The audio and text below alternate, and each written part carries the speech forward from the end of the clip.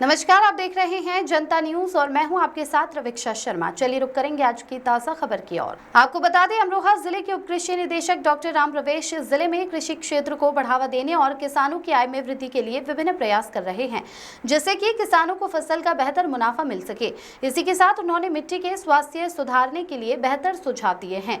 उन्होंने बताया कि मिट्टी में जीवाश्म पदार्थ की आपूर्ति के लिए गोबर की खाद, हरी खाद, घन जीवामृत, फसल अवशेष को सड़ाकर जीवामृत इत्यादि का प्रयोग करें।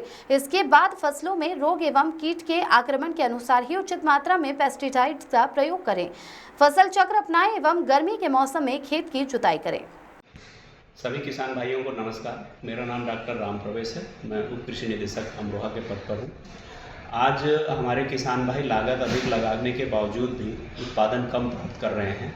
तो इसके पीछे एक प्रमुख कारण जो है वो है मृदा स्वास्थ्य।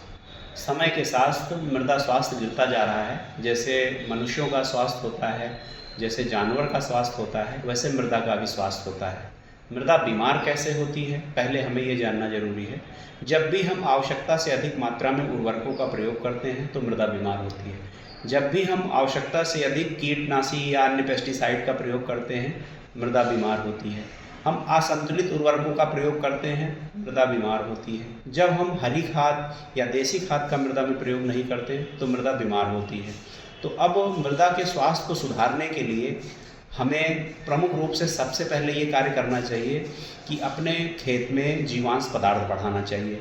जीवांश पदार्थ बढ़ाने के लिए हरी खाद करनी चाहिए, गोबर की खाद आप प्रयोग कर सकते हैं, जीवामृत का प्रयोग कर सकते हैं।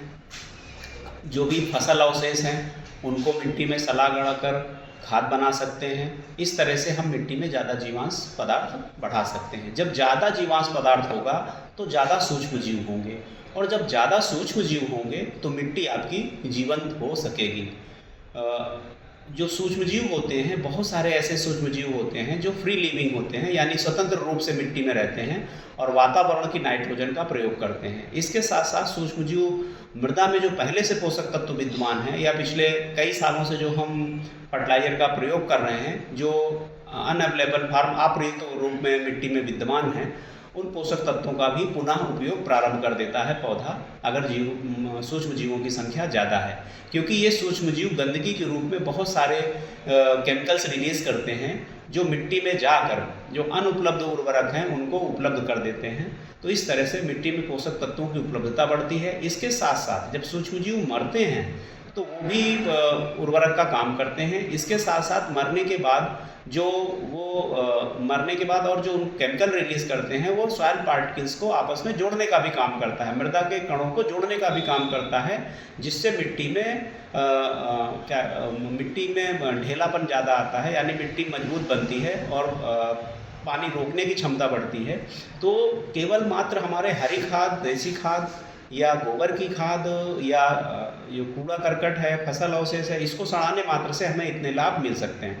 दूसरा, हम अंधाधुंध प्रयोग करते हैं। खासकर अपने जनपद अमरोहा में यूरिया का प्रयोग ज़्यादा है, और जो आलू की बेल्ट है वहाँ आवश्यकता से 4 गुना NPK प्रयोग हो रहा है, जो मिट्टी को बंजर अनुपजाऊ बना रहा है। तो किसान भाई अपनी मृदा का परीक्षण कराएं और मृदा के परीक्षण के हिसाब से उर्वरक उपलब्ध कराएं खेत को। अगर मृदा परीक्षण नहीं करा पा रहे हैं तो आप जो संतुलित दरें हैं उन संस्तुत दरों की उर्वरकों का प्रयोग करें। हर फसल के लिए निर्धारित है कि कितना यूरिया, DAP, MOP, माइक्रोन्यूट्रिएंट का प्रयोग करना है और किस समय करना है, उसको जानें और उसका प्रयोग करें। हमारे यहाँ कृषि विभाग के कर्मचारी से संपर्क कर सकते हैं। इसके लिए आप कृषि विभाग में संपर्क कर सकते हैं, आप कृषि विज्ञान केंद्र के वैज्ञानिकों से संपर्क कर सकते हैं। लेकिन हमारी फसलों में कौन कौन से पोषक तत्व कितने डालने हैं ये जरूर हमें पता होने चाहिए, जिससे कि हमारे मिट्टी में अनावश्यक फर्टिलाइजर ना जाए और हमारी मिट्टी बंजर होने से बचे, बीमार होने से बचे। तीसरी जो मैंने बात कही थी, पेस्टिसाइड का अंधाधुंध प्रयोग हो रहा है। किसान भाई की जो मुख्य फसलें, जैसे अगर अमरोहा की बात करें तो गन्ना है, धान है, गेहूं है, सरसों है और सब्जियां हैं, आम है। इन फसलों की जानकारी होनी चाहिए, इनके बारे में पढ़ना चाहिए।